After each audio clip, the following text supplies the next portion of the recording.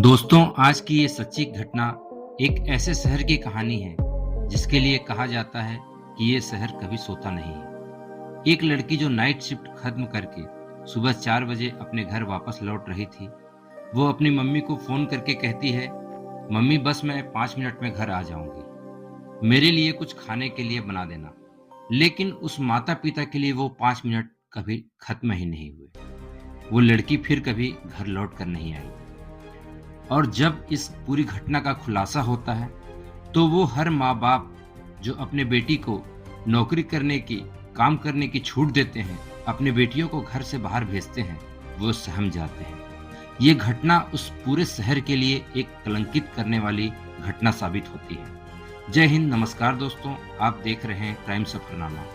आज की ये घटना देश की राजधानी दिल्ली के दक्षिणी इलाके बसंत कुंज की है। 19 मार्च 2009 की शाम एक लड़की के माता पिता भागते भागते डरे सहमे से न्याय की आस लिए बसंत कुंज थाने में पहुंचते हैं। वो पुलिस को बताते हैं कि उनकी बेटी जिगीषा घोष, जिसकी उम्र 18 साल है, वो 18 मार्च 2009 की सुबह 4 बजे से लापता है। पुलिस उस माता पिता के द्वारा बताए गए सारी बातों को सुनती है और पुलिस उन माता पिता को ही समझाने लगती है। पुलिस उनसे कहती है कि जवान लड़की है, किसी यार दोस्त के साथ चली गई होगी, जल्द ही वापस आ जाएगी। लेकिन उस माता पिता का दिल नहीं मानता है।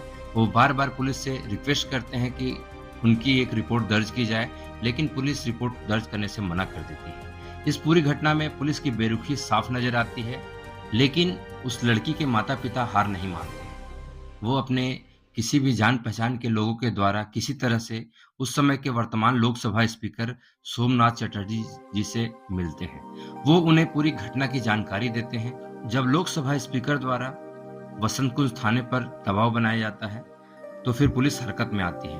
पुलिस पूरे मामले की रिपोर्ट दर्ज करती है और आसपास के पूरे सीसीटीवी कैमरास को खंगालती है, कॉल डिटेल्स निकालती है, मगर पुलिस को कुछ हाथ नहीं लगता है।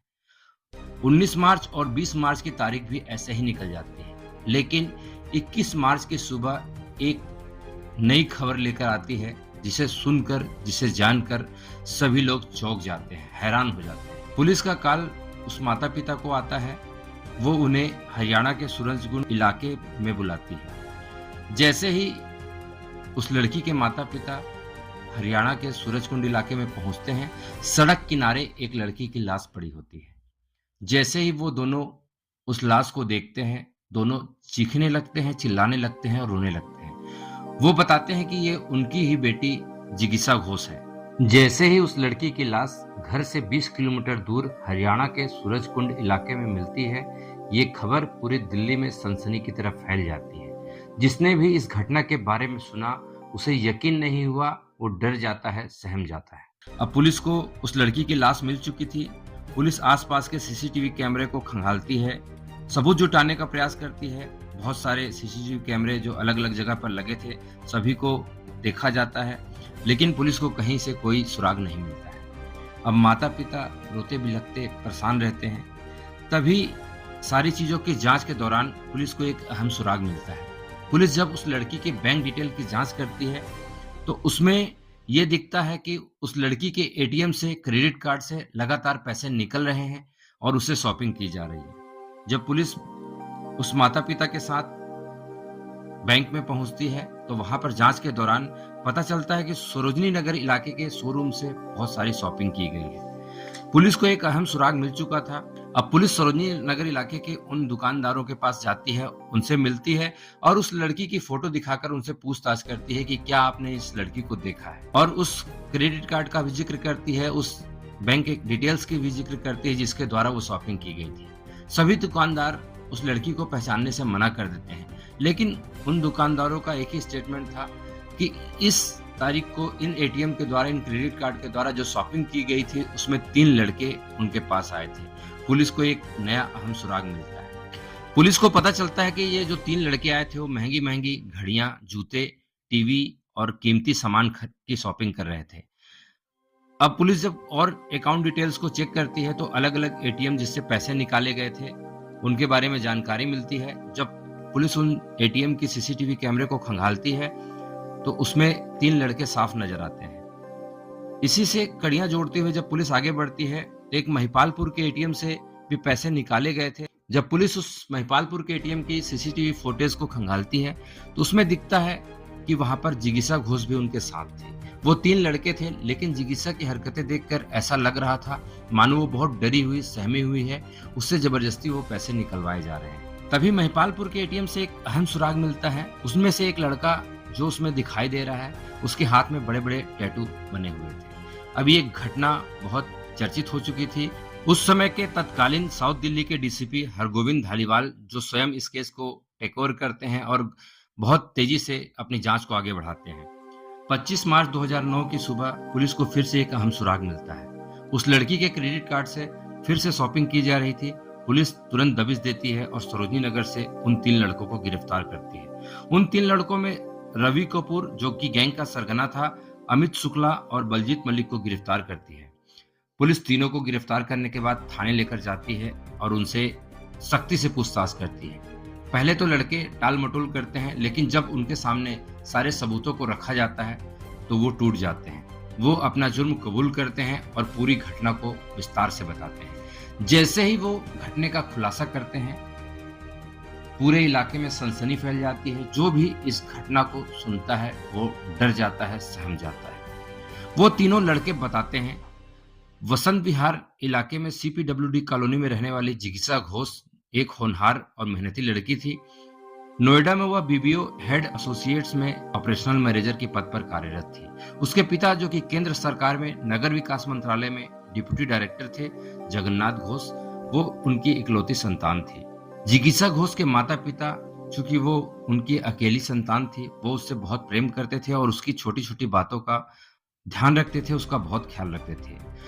18 मार्च 2009 की रात जब नाइट शिफ्ट खत्म करके जिगीसा अपने घर वापस आ रही थी, सुबह के लगभग 4 बजे थे, वह अपनी कंपनी के कैब से उतरती है और अपने घर की तरफ आगे बढ़ती है।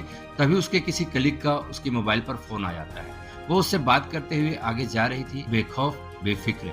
अगले ही कुछ मिनटों में वो अपने घर पहुंचने वाली थी। उसे नहीं पता था कि उसके ऊपर किन दरिंदों की नजर है। तभी वहां पर ये तीनों लड़के एक कार में मौजूद थे। उनका उद्देश्य था किसी को भी लूटना। वो कार में इधर उधर घूम रहे थे, अपने शिकार की तलाश कर रहे थे। तभी उन्हें जिगीसा घोष नजर आती है। वो उस लड़की के पास पहुंचते हैं। उनके पास सिल्वर कलर की सेंट्रो कार थी। उसमें से एक कार का शीशा नीचे करता है और जिगीसा से कुछ पता पूछने का बहाना करता है। उससे किसी जगह का पता पूछता है। जिगीसा को लगता है कि ये अनजान लोग हैं, शायद शहर में नए हैं, उनसे पता पूछ रहे हैं। वो हर बात से बेखबर, अनजान, उन्हें पता बताने लगती है। तभी कार का दरवाजा खुलता है और उसमें से रवि कपूर और अमित शुक्ला बाहर आते हैं और जिगीसा को कार के अंदर खींच लेते हैं। जैसे ही जिगीसा कार के अंदर आती है, वो हड़बड़ा जाती है, वो चिल्लाने लगती है, चीखने लगती है। तभी रवि कपूर पिस्तौल निकालता है और उसकी कनपट्टी पर लगा देता है और उससे कहता है, अगर तुम हल्ला करोगी, चिल्लाओगी तो तुम्हें जान से मार देंगे। जिगीसा डर जाती है।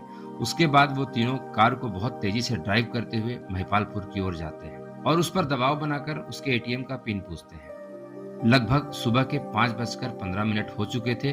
वो महिपालपुर के एक एटीएम में 20,000 रुपए निकालते हैं, लेकिन इससे उनका मन नहीं भरता है। वो साकेत जाते हैं। लगभग सुबह के 6:30 बज चुके थे। वो वहां से और भी पैसे निकालते हैं। उसके बाद वो सरोजनी नगर आते हैं। तब तक जिगीसा उनके साथ ही थी। वो उसे डराकर सरोजनी नगर में शॉपिंग करते हैं। सरोजनी नगर में शॉपिंग करने के बाद उनसे वो रहम की उम्मीद रखती है। उसे लगता है ये शायद पैसे खर्च करने के बाद, शॉपिंग करने के बाद इसे छोड़ देंगे, लेकिन ऐसा नहीं होता है। अगले कुछ मिनटों बाद वो जिगीसा का गला घोट देते हैं और उसे हरियाणा के सूरजकुंड इलाके में ले जाकर फेंक देते हैं।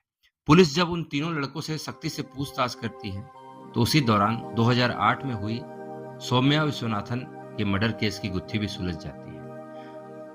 दोस्तों, इस घटना के बारे में हम आपको अगले वीडियो में विस्तार से बताएंगे। तो दोस्तों, आपने देखा कि कैसे देश की राजधानी में एक घटना, शर्मनाक घटना घटित हुई, जिसने पूरे देश को, राजधानी को और माता पिता को झकझोर के रख दिया, जो अपनी बेटियों को घर से बाहर इसी विश्वास के साथ भेजते हैं कि हम देश की राजधानी में रहते हैं, यहाँ सुरक्षित हैं।